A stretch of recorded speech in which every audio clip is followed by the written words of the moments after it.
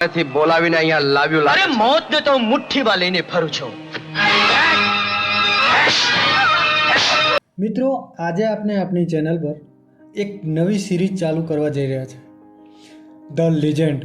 The legend સિરીઝમાં આપણે ગુજરાતી સિનેમાના પાયાના કલાકારો અને સુપરસ્ટારોની ગુજરાતી સિનેમાને સફળ બનાવવા માટે આપેલ યોગદાન અને તેમના જીવન વિશે તમે ન સાંભળેલી વાતો વિશે વાત કરીશું. મિત્રો, આજે આપણે વાત કરીશું the first Gujarati superstar Padmashri Naresh Kanodia. જો હાલના સમયમાં તમારે એક્ટર બનવું હોય તો ફલાના કોર્સ કરવા પડે, ડિગ્રી લેવી પડે, એક્ટિંગ શીખવી પડે અને એનાથી પણ વધારે ગુજરાતી ફિલ્મ ઇન્ડસ્ટ્રીમાં તમારી જાણતા હોય એવા લોકો હોવા જોઈએ. પરંતુ વગર એક ચોપડી બને પણ તમે સુપરસ્ટાર બની શકો છો. કેવી રીતે એ જાણવા માટે તમારે નરેશ કનોડિયાના જીવન વિશે જાણવું પડશે. મિત્રો, નરેશ કનોડિયાનો જન્મ મહેસાણાના કનોડા ગામે થયો હતો. જ્યારે તે 6 મહિનાના હતા ત્યારે તેમની માતાનું અવસાન થયું હતું અને તેઓ કુપોષણના શિકાર બન્યા. પરંતુ બહેન કંકુબેન અને મોટાભાઈ મહેશભાઈને કારણે તેઓ આગળ વધી શક્યા.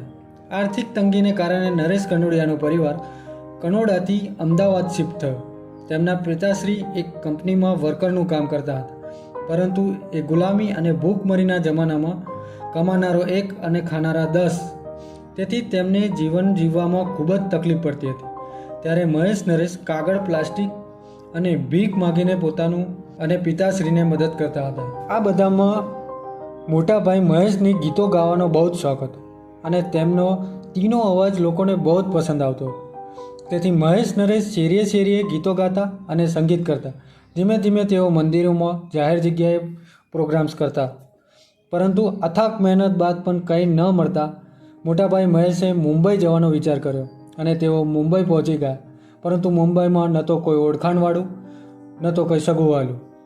એ જમાનામાં પણ મુંબઈમાં કામ મળવું બહુ જ મુશ્કેલ હતું.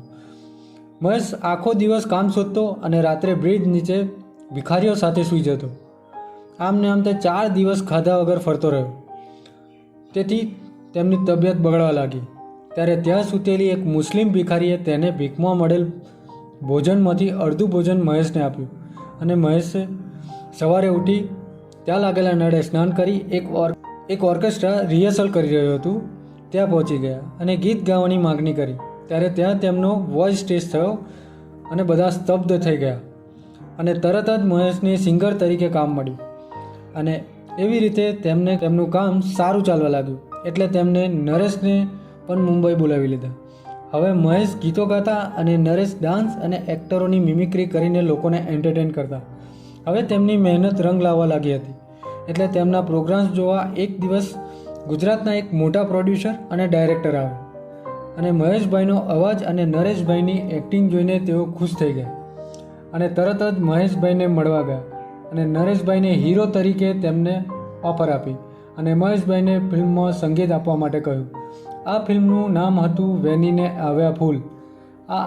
આ ફિલ્મ મહેશ નરેશની પ્રથમ ફિલ્મ હતી અને ફિલ્મ સફળ રહી. ત્યારબાદ મહેશ નરેશે કોઈ દિવસ પાછું વળીને જોયું નથી. હવે મોટાભાઈ સંગીત આપતા અને નરેશ ફિલ્મોમાં એક્ટિંગ કરતા. ખૂબ ઓછા સમયમાં મહેશ નરેશ ખૂબ પ્રખ્યાત થયા. શું મિત્રો, તમને ખબર છે મહેશભાઈની સ્ત્રી અને પુરુષોના કુલ 42 અવાજમાં ગીતો ગાઈ શકતા હતા.